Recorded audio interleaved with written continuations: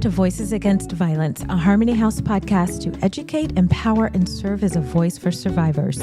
We aim to shed light on crucial issues surrounding domestic violence, offer support, and inspire action for change. Join us as we work together to create a community where all individuals can live a life free of abuse. Welcome back to Voices Against Violence. My name is Kirstyn. I am the Assistant Executive Director at Harmony House. I'm Chairty. I'm the Prevention Program Manager for Harmony House. And today we are joined by a couple of special guests from the American Indian Center. And we just want to welcome Valerie and Hannah. Thanks for joining us on the podcast today. Yes, it's very nice to be here. Thanks so much for being here. Whenever we have a community partner on, we want to learn all about the resources and services that you offer in our community. So please just tell us more about the American Indian Center in Springfield. Well, the American Indian Center of Springfield was put together about 2020. We got together as a group and decided that we needed more culture, more things to do for our kids and for other people. And a lot of kids nowadays just don't realize that Native Americans are still here. So we were able to schedule to go into schools and things like that and realize that we really needed an organization that dedicated just to education and helping get the word out that we were still here. So we all got together and we kind of started this group. And we revitalized the American Indian Center from back in the 80s. And so we were able to get the 501 from that, and we just started moving up from there. We now have, back then we rented a little place. It was like 300 square feet, and for $300 a month. We didn't have any money at the time, but we were very lucky. We had a donor come forward and they paid our rent for the year. And then it just kind of progressed from there. We wrote grants and moving up. We're doing 5 powwows a year in this area, which is a Native American gathering. We bring in other people from other places. We also do classes. We still do our school programs. We now have 4 employees at the Indian Center. Wow. Which is a big, huge accomplishment for us. Absolutely. That's exciting. Yeah. So, and we increased by moving to a bigger space in the same building at the Fairbanks. Great. And we have a food pantry there. We do tribal resources. We refer people out. We help people get their cards. Do a little bit of genealogy. Wow. We just do lots of different things. That's a lot. It is a lot. And I've been able to see the food bank before, and wow, what a cool operation that is. Can you tell us more about the 5 powwows that you do in the community? Yeah, our first one that we usually start is in March, and it is just like our annual meeting powwow. We get together and we vote for who's going to be on the board for next year. And then we have one in April that we do up at Waynesville, which is very close to Fort Leonard Wood. Mm-hmm. And then the next one we do is with Wonders of Wildlife at the end of September. And it's in their parking lot, and it's a 2-day big event. But we do classes there as well. We also bring in a storyteller and speakers, dancers, just all sorts of things, and all related to Native American history or skills that we have done. Mm-hmm. And then October 10th, that Saturday, I can't remember if it's October 10th or 11th, but we do at Marshfield, we do our youth powwow, which all the kids come, all of our head staff, which is all the ones that start the dances and everything, are all children, so that they can learn for the next generation. That's how we teach them. Wow. And then November 14th, we have our Veterans Powwow on MSU campus. Wow. So I get the newsletter you all put out. I think it's a weekly or monthly newsletter. And there's always like a full roster of events and classes. Are the powwows and those events and classes open to anyone, even if they're not? Okay. Yes. All of our events are all open to anyone that wants to come. Tell us how people can find you or get sign up for the newsletter if they want to do that and find out when things are happening. Yeah, we're on Facebook. We're also on Instagram and TikTok. Okay. We have plans to do more with TikTok. Yes. Oh, I'm so excited. Yeah. So anyway, you can just send us a message. We also have a Facebook, not Facebook. Our website, aics.org. Isn't that right? Or AIC Springfield? AIC Springfield. There we go. AIC Springfield.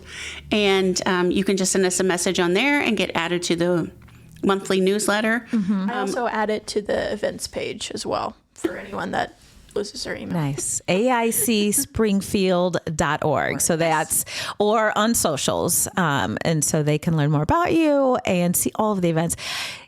Before we get into kind of the other part of this conversation, which is that intersection of domestic violence and the Native American community, I wonder if you can help us even understand what the Native American Indian community here in the Ozarks looks like. Like, what are there tribes that large, communities of tribes that are here? How big is that community? What does that look like? So we are urban. There's no tribal lands here.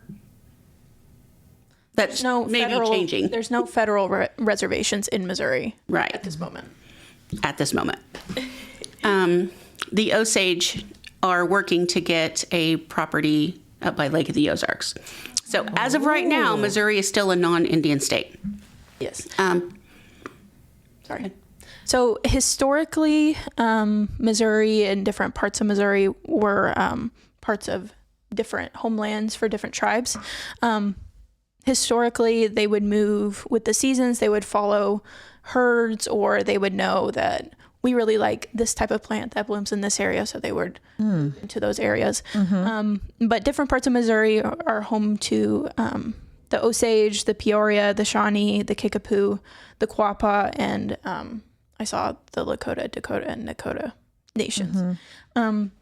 Today, like Valerie said, there aren't any federally recognized reservations here because of the history of Missouri was like move everyone to Oklahoma. Right. This is a non-Indian state, and it was on the books for a while, and I don't know if it's been changed or not yet, that like natives were not welcome in the state. Like they could be arrested or today all tribes are represented in Missouri, pretty much all regions. Wow. I found a statistic that said 1.74% of the population of Missouri is Native. They claim Native heritage. Almost 2% of Missouri's population. I had no idea that community was so large, and every tribe. Wow. Well, and you mentioned history, and I know that on our pre-call, you also talked about a generational trauma support group. So I want to give you a chance to talk about that, if that's something you want to share with us. Yeah, we just started a generational trauma support group, and it's going really well. It's a hard commitment to commit for 16 weeks, to come every week. But it's turning out to be a really good opportunity. I think it's going to be great, especially when we get the next cohort started, with people being involved and things like that.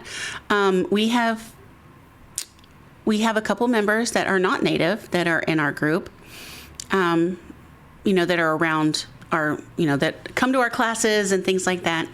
But they are not Native, and they are doing a really great job because, generational trauma, unfortunately, is no matter if you're tribal or not. So Sure. Yeah. So if somebody's listening right now and they are interested in the generational trauma support group, wait until the next cohort. Yes. Reach out to you on Facebook or TikTok or your website, and then get in with the next cohort. Yes. Okay. Awesome. Cool. We will announce when that cohort starts up. We put it in our newsletter for 2 months before we started this one, the first one. So. Great. Well, I'm so glad that you all are having success with that. What a unique space and gap in services. So I think that's so great that you're able to fill that. I love that. I mean, I feel like that's so needed. We talk about trauma a lot, and generational trauma, creating a space.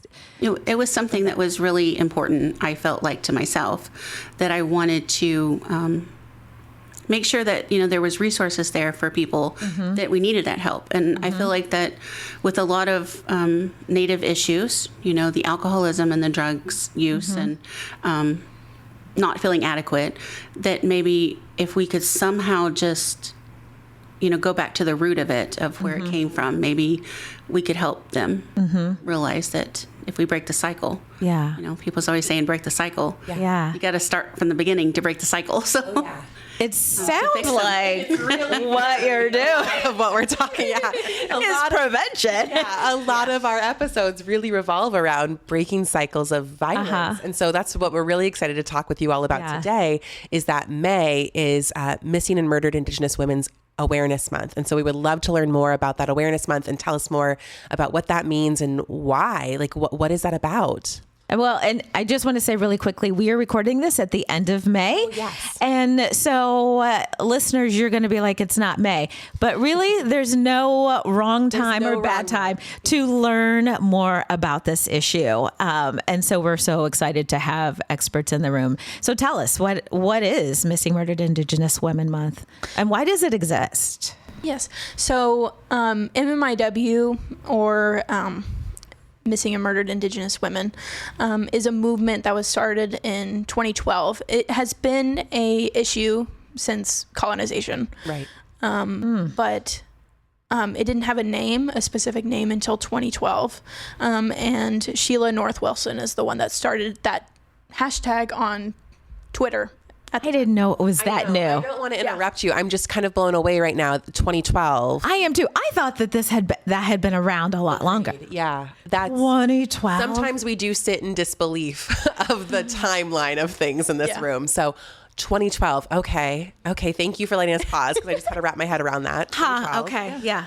Yeah, and she really had a conflict. I think she's written a few articles on how she started the hashtag, but she had some conflicts with how she wanted to name it, because it's not just a women's issue. It's a girls' issue. It's a boys' issue. It's a two-spirit issue. It's a men's issue. It's everyone's issue. So some hashtags are MMIP, for Missing and Murdered Indigenous People. Okay. Another one is MMIW G2S, which was a little bit popular a few years ago, which includes women, girls, and two-spirit people. Okay. Can you, so you've said that twice now. Can you explain what two-spirit people means?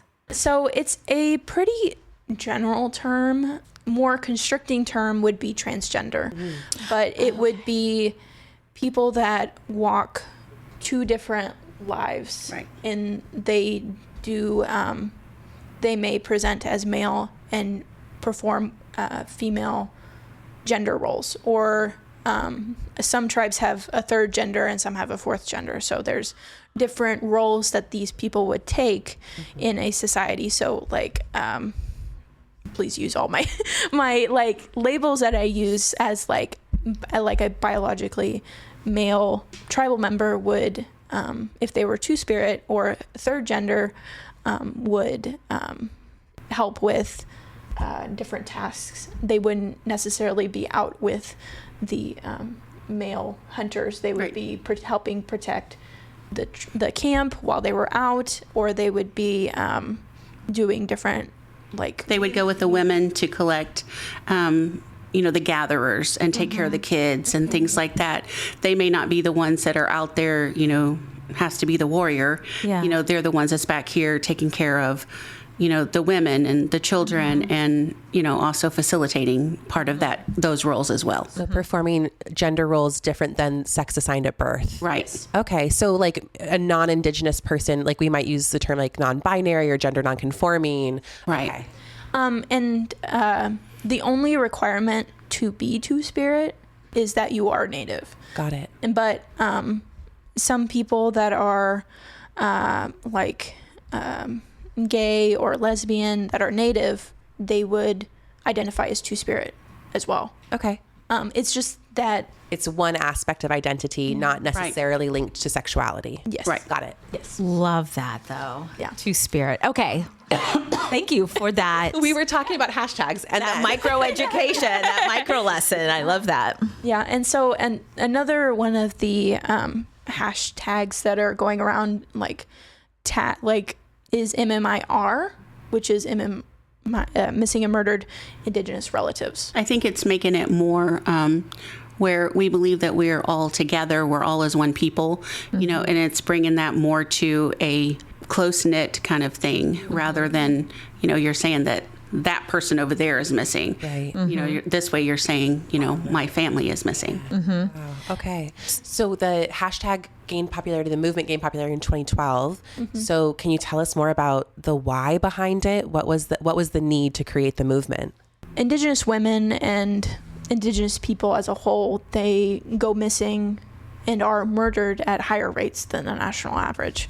You know, we always say, you know, it's 1 in 3 women, 1 in 4 men. We know that often violence goes unreported, so those numbers are higher, but it's also important for everyone to understand that folks in communities and demographics that have been traditionally and systematically marginalized, we know experience harm and violence at higher rates. And 1 in 3, 1 in 4 is already high. And so we know that, for example, women of color, folks in the LGBTQ, but also then Native and Indigenous people are experiencing harm at even higher rates. So yeah, we have, you know, alcoholism is a real big thing in our culture, you know, and which is everywhere. I realize that, but in there, it's like, right. It's in your household. It's, you know, you see your brother or your aunt or your mom or your grandma. And so you decide that you're going to leave the reservation.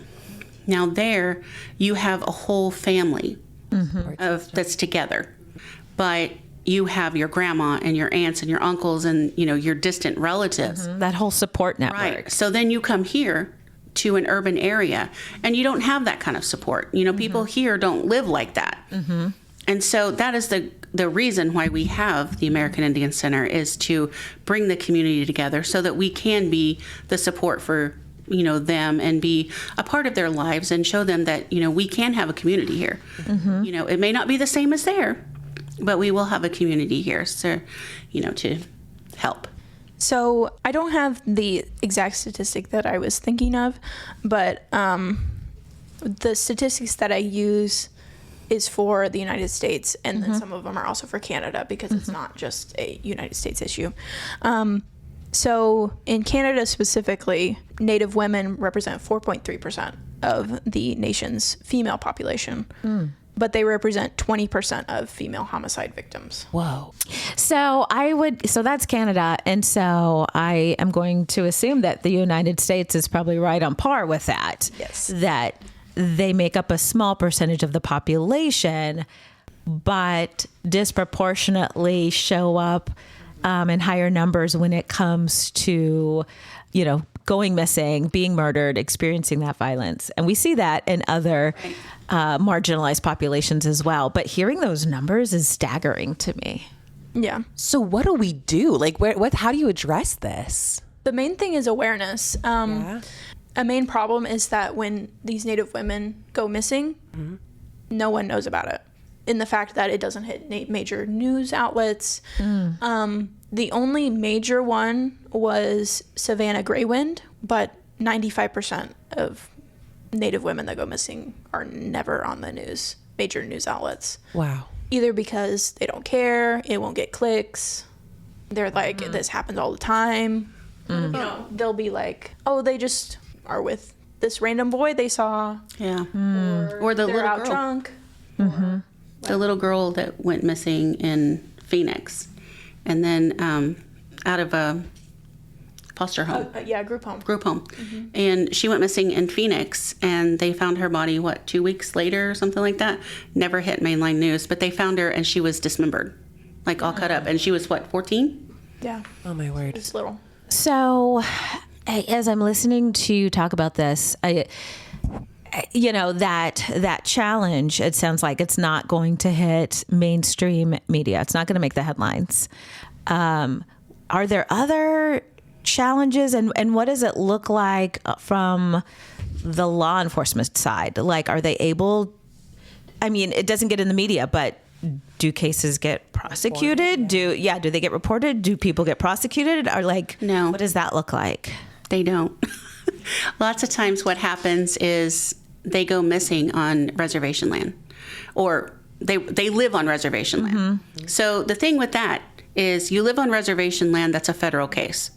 So if we're caught with, let's say if you're like across the line in South Dakota, you're in Rapid City and you get caught with a joint, you may get a fine. If you're on the reservation and you get caught with a joint, you're going to federal prison for the same offense because it's a federal crime. But only if you're Native. If you're not Native and you're on the reservation and you have a pound of cocaine, they're going to scoot you back off of the res and say you can't come back.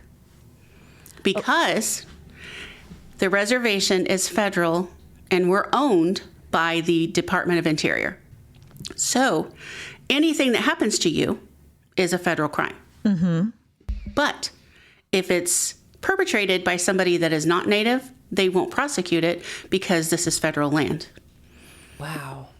And they'll just send you off there. Okay. My mind is exploding right now.